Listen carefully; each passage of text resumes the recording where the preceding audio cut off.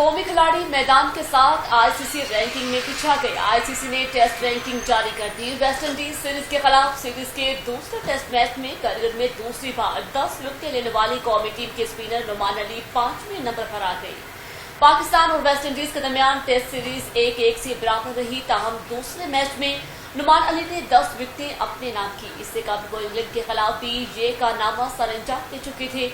Numan Ali 806 rating points के साथ 4 दर्जे तरक्की पाकर 5वें नंबर पर आ गए, जबकि भारत के जसप्रीत बुमराह 906 पॉइंट्स के साथ 5वीं पोजीशन पर काबिज रहे।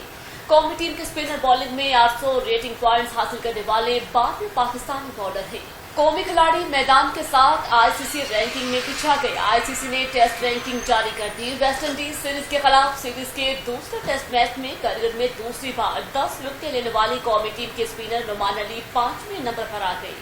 पाकिस्तान और वेस्ट इंडीज के दरमियान टेस्ट सीरीज 1-1 से बराबर रही। ताहम दूसरे मैच में नुमान अली ने 10 विकेटें अपने नाम की। इससे कबल वो इंग्लैंड के खिलाफ भी ये कारनामा सरअंजाम दे चुके थे।